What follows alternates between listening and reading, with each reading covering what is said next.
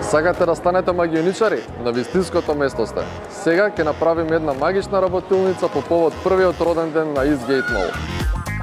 Сега ќе направиме магија со овој лист хартија. Го свиткам еднаш, два пати, три пати, дугнам и листот се претвори во 100 денари. Сега ќе ви откриам тајната како го направив ова. Позади 100 денарката беше залепен лист од хартија, така што 100 денарката беше свиткана овака и беше сокриена позади листот. Кога? Листот го свиткав еднаш, два пати, три пати и кога дубнав, го свртев листот и се што требаше да направам беше да ја отворам 100 денарката и да покажам дека направивме 100 денари. Претпоставувам сите имате видено она илузија каде што магионичарот спојува метални обрачи. Денес нема да спојувам метални обрачи, туку две спајалици.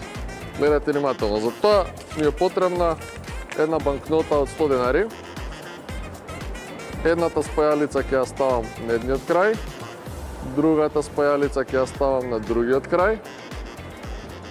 И кога ќе изборам до 3, 1, 2, 3, двете спајалици се споја.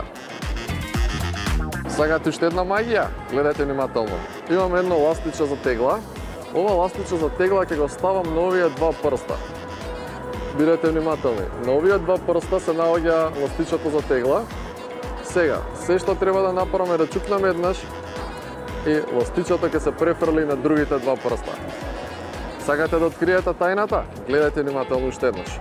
Ластичето го ставив на овие два прста, но тоа што се случи позади е сите прсти ги ставив внатре овака и се што требаше да направам беше да ги отворам прстите и ластичето да се префрли самото од себе.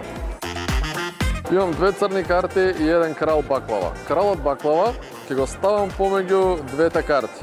Сега запомнете каде се наоѓа кралот. Кралот се наоѓа помеѓу двете црни карти. Но ако направам овака, ќе забележите дека кралот дојде позади. Сега ако кралот го ставам да биде позади, ќе чукнам еднаш, тој ќе се префрли повторно помеѓу двете карти. Сакате да откриете тајната? Гледате внимателно. Едната карта, долната карта, беше пресечена на половина. Овака, како оваа карта овде, гледате. Другата карта го прикриваше исечениот дел и се што требаше да направам беше тоа картата, кралот, баклава, да го ставам помеѓу исечениот дел. Со другата карта тоа го прикривав за да не се види и кога кралот беше овака, изгледаше дека се наоѓа во средина, кога оваа карта ќе поместев на другиот крај, изгледаше дека кралот дојде под двете црни карти. Овака можете и вие да направите илузија и да ги забавувате вашите пријатели.